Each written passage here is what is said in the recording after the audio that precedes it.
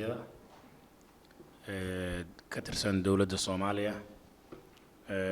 agaasimayaasha iyo khubarada kale ee ka socota wasaaradaha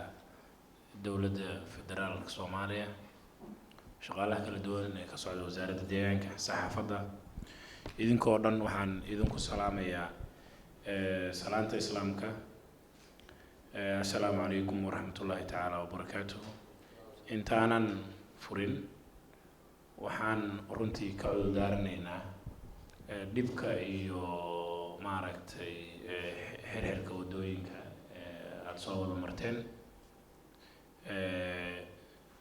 ilaa shalay ilaa maantay go-aan baa iska qaadanay oo ah inaan qabano maantay ilaa xalay waa ka fikiraynay laakiin hadda waxaa moodaa dad fiican oo maasha allah inay maaragtay sheegay kasoo qayb galeen wasaarado badan iyo howlo badan baana hakad ku jira sababo xirxiritaanka wadooyinka iyo madaxda magaalada joogta daraaddeed marka waa waxaan la wadaagno waddanka oo dhan laakiin waa idinka raali gelinaynaa runtii aad iyo aad baan maaragtay sheegay idinka raali gelinaynaa sidaad ogtihiinba waddankeena dhibaato tiro badan ayuu soo maray dhinaca siyaasadeed dhinaca dhaqaale iyo dhinaca arrimaha bulshadaba si gaar ah haddaan arrimaha deegaanka u fiirino waxaad ogtihiin waddankeenu inuu la soo dersay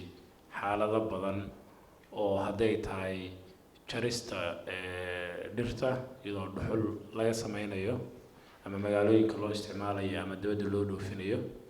hadday tahay ugaarsiga ama laynta noolaha kala duwan ama ugaarta ama duurjoogta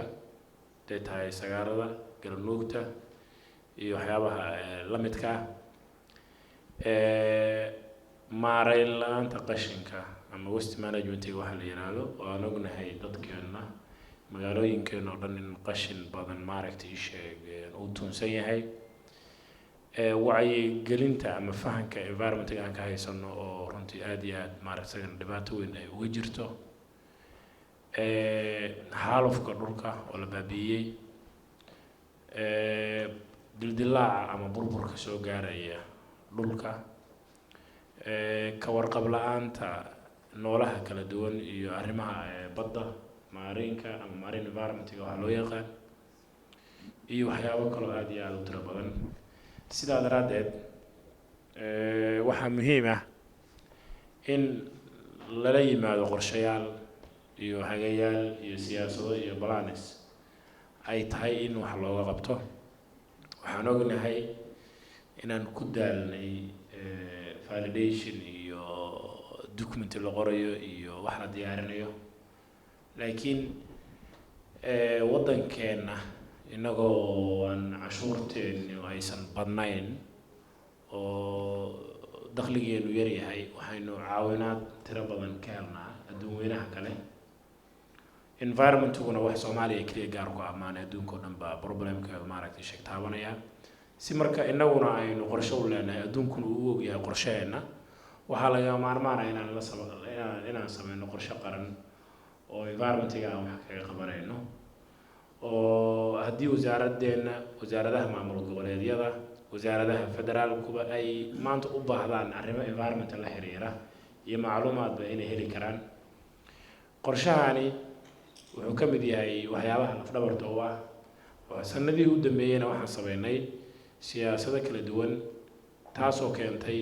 politically ama siyaasad ahaanba in environmentiga waddanka aad iyo aad maaragtay tixgelin gaara loo siiyo ilaa hadda wax qabad dhaba ma aanan samayn laakiin waxaa ilaahay mahadiisa in maanta wasiiro ay arrintan siyaasad ahaan ay mas'uul ka yihiin hadday federaal tahay hadday maamul goboleed tahay intaba maanta aan ka hadlayno qorshihii lagu maareyn lahaa birina aan rajeynayno ama maalmaha soo socda ama sanadaha soo socda inaynu wax la taaban kara aynu ka qabano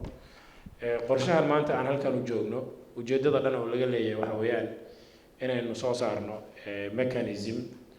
iyo maaragtay cabiraad sax ah oo aan sameynayno ama qorshayaal si aynu si joogto ah sida ugu wanaagsan aynu u maareyn karno deegaanka iyo sida ugu macquulsan oo aanu isticmaali karno resource kala duwan ee wadankeena yaala haday tahay xoolo haday tahay beero haday tahay shidaal haday tahay kalluun haddii aan si wanaagsan loo isticmaalin waxaad ogtihiin inay imaanayso maaragtay dhibaato weyn ay ka dhalanayso marka sida ugu macquulsan oo resource-ga looga faa'iideysan karo oo dadka Soomaaliyeedna maaragtay ay iyaga oo deegaanka ilaalinayo resource-gooda ilaashanaya ay maaragtay uga faa'iideysan lahaayeen ujeedada koowaad waa intaas in maaragtay qorshahan uu xoojinayo iyo dhaqaale ahaanba qorshahan visionkiisu waxa weeye ama aragtidiisa visionkiisu waxa weeyaan sida ugu macquulsan saan hore usoo sheegayba bulsho caafimaad qabta dhaqaalaheeduna wanaagsan yahay loo soo saari lahaa gooliska ama ujeedooyinka uu ka kooban yahayna midda koowaad waxa weeyaan inuu sheego ama tilmaamo sida ugu macquulsan ee dowlad ahaan ama governance-ga deegaanka wax looga qaban karo oo qoran iyadoo cilmi iyo waqti la geliyay wax yar kadibna aad arki doontaan khubarada qortay qayb ka mid ah oo nala wadaagi doonta the best practice ama environmental governance maamulka deegaanka sida ugu macquulsan wadan federaal ah maamul goboleed dowlad dhexe district caasimad intaasoo maaragtay hawlood ka kooban sida ugu wanaagsan oo deegaanka loo maamuli karaa midda labaad oo ah sideeba report sax looga keeni karaa xaaladaha kala duwan maaragtay